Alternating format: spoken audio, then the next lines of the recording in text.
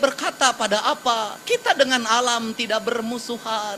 Kita dengan alam adalah saudara. Kita tidak mungkin bermusuhan dengan tanah karena kita dari tanah. Kita tidak mungkin bermusuhan dengan air karena kita dari air. Kita tidak mungkin bermusuhan dengan udara, menaklukkan udara karena kita dari udara. Kita tidak mungkin menaklukkan matahari karena kita bagian dari matahari itu sendiri.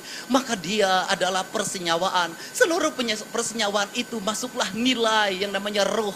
Ruh itu mengajarkan rububiyah. Rububiyah itu mengajarkan penghambaan. Maka manusia yang bersenyawa dengan tanah, air, udara, dan mataharinya, dialah manusia yang menghamba pada Tuhannya. Melalui apa? Melalui penghormatan pada tanah, air, dan udaranya. Kenapa? Karena Tuhan disembah oleh kita. Melalui apa? Melalui kita yang dihadirkan di muka bumi. Tak akan pernah bertemu dengan Tuhan manakala kau tak memahami matahari.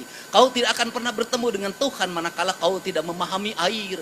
Kau tidak akan bertemu dengan Tuhan manakala kau tidak bisa memahami udara. Kau tidak akan pernah bertemu dengan Tuhan manakala kau tidak bisa memahami tanah. Kenapa? Karena seluruh rangkaian peristiwa material itu, kata kaidah Islam, dia dalam setiap hari bertasbih pada Allah. Dia berkata la ilaha illallah, maka air la ilaha illallah, maka matahari la ilaha illallah, maka bulan la ilaha illallah, maka udara la ilaha illallah. Semuanya la ilaha illallah dalam tasbihnya, dalam bahasanya. Maka dalam riwayatnya ada nabi yang memahami bahasa ular, ada nabi yang memahami bahasa binatang. Itu sesungguhnya adalah kerangka pemahaman bahwa manusia yang menjadi penerus Nabi Muhammad SAW, sesungguhnya dia harus bisa memahami bahasa Nabi Sulaiman, harus bisa memahami penyerahannya Nabi Isa alaihissalam, harus bisa memahami kegagahan dalam menguasai teknologi Nabi Musa alaihissalam.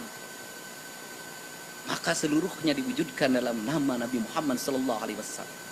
Nah, seluruh kerangka itu dalam kaidah Sunda, mau timur, mau barat, mau kulon, mau wetan, mau tengah, itu sama Siliwangi. Ajarannya apa? Ajarannya sarendek, saigel, sabobot, sapihanean, kacai jadi salewi, kadarat jadi salogak, tara pagirang-girang tampian. Karena itu sarendek, saigel, maka dia ada kalimat 3, ada kalimat 1 yang direndeken, 2 yang diigelken, yang ketiga anu ngarendeken jeung nu ngigelkeun. Kemanunggalan itulah yang disebut dengan insan kamil. Maka kaum insan kamil, kaum rawayan jati, kaum manusia Indonesia, dia tidak pernah sama sekali mengakui apa yang dia lakukan. Kalimatnya apa? Hirup syukur sasamperan, awak ukur sasampayan, sariring-riring dumadi, sarengkak saperit bola, sadaya kersaning Gusti. Kata Kiai Pak Wakil Ketua DPRD Jawa Barat, itu Pak Iwan mengatakan, itulah yang disebut dengan la haula wala quwata illa billah. Kalau kerangka pembangunan seperti ini, apa sih yang dicita-citakan oleh saya? Saya selalu berurai air mata. Kenapa? Yang dicita-citakan adalah mengembalikan kembali tatar Sunda pada ajaran Siliwangi. Bukan ajaran kemusyrikan.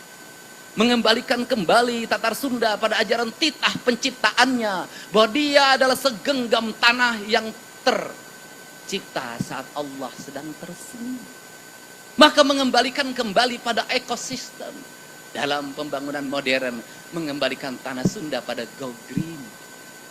Yang ada cuman beda, yang satu berdasarkan keyakinan, yang satu berdasarkan kronologi.